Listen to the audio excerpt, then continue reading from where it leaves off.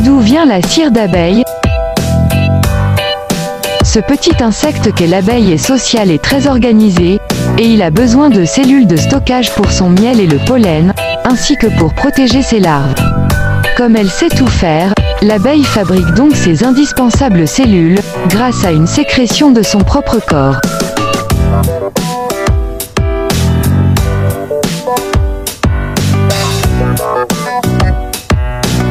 Elle va ensuite travailler cette matière, pour former ces rangées d'hexagones parfaits qui nous étonnent tant.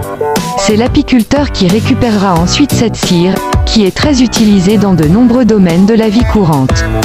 Comment se passe la production de cire?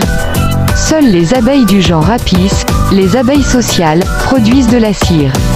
Ce sont les cirières qui la fabriquent, des ouvrières de 12 à 19 jours, grâce à 8 glandes placées sur leur abdomen. Ces glandes cirières se développent en même temps que l'abeille, et atteignent leur plus grande taille vers le 12e jour. Il faut une quantité de nourriture suffisante, durant les premiers jours de vie de l'insecte pour que ces glandes aient une bonne croissance. Elles sécrètent cette matière sous forme liquide, qui se durcit sous l'action de l'air en minuscules feuilles blanches, et translucides, comme des écailles qui ne pèsent pas plus de 0,8 mg chacune. 1 250 000 écailles sont nécessaires pour produire 1 kg de cire.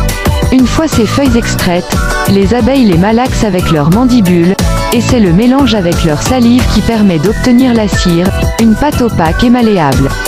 Au départ, la cire est blanche, c'est le pollen et le miel qui vont la colorer en jaune au fil du temps, plus sombre quand il s'agit des alvéoles du couvain. En travaillant la cire avec leur salive, il semble également que les abeilles y intègrent volontairement de la propolis et du pollen. Une fois le stade de cirière terminé, les glandes commencent à s'atrophier et ces abeilles deviennent des butineuses.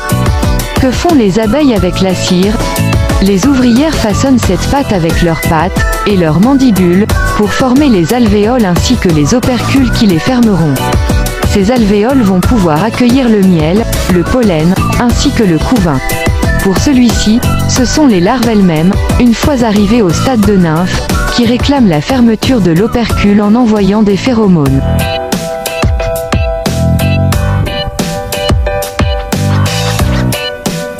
Dans la ruche, pour sécréter, travailler, façonner la cire et la maçonner, les ouvrières forment une grappe, dont la température s'élève entre 33 et 36 degrés, afin que la cire soit suffisamment souple.